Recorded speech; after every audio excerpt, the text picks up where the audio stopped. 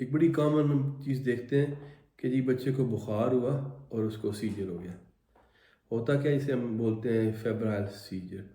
عام طور پہ ہم دیکھتے ہیں کہ کوئی بھی بچہ جو 5 سے 6 مہینے کا ہو، اس کو اس وقت سے لے کے 5 سے 6 سال تک اس کو یہ سیجر ہو سکتے ہیں۔ جب بھی بخار زیادہ ہو تو اس میں یہ سیجر ہو جاتا ہے۔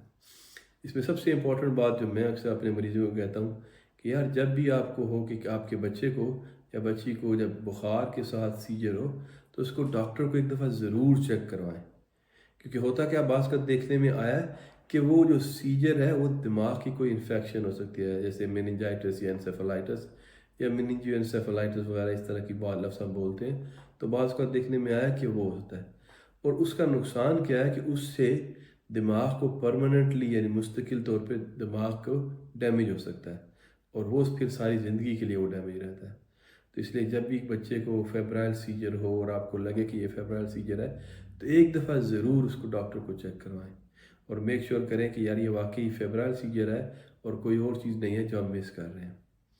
کیونکہ فیبرائل سیجر جو ہوتا ہے، اگر آپ کے جو ڈاکٹر ہے، جو نیورولوجسٹ ہے، جو آپ کا بچوں کا ڈاکٹر ہے، اگر وہ کہتا ہے کہ یار یہ فیبرائل سیجر ہے تو اس میں تو پھر کچھ کرنا ہی نہیں۔ اس میں سمپل یہ ہے کہ آپ اس کا جو بخار ہے اس کو کنٹرول کریں، اس کو پیراسیٹامول، اس کو آئیبوپروفین، جو بھی آپ کا ڈاکٹر ریکمینڈ کرے، ٹھنڈیاں پانی کی پٹیاں یا جو بھی ہے اس کو ٹھنڈے پانی سے غسل دینا، یا جو بھی آپ کا ڈاکٹر کہتا ہے کہ اس طریقے سے اس کا بخار کنٹرول کرے تو وہ ہوتا ہے۔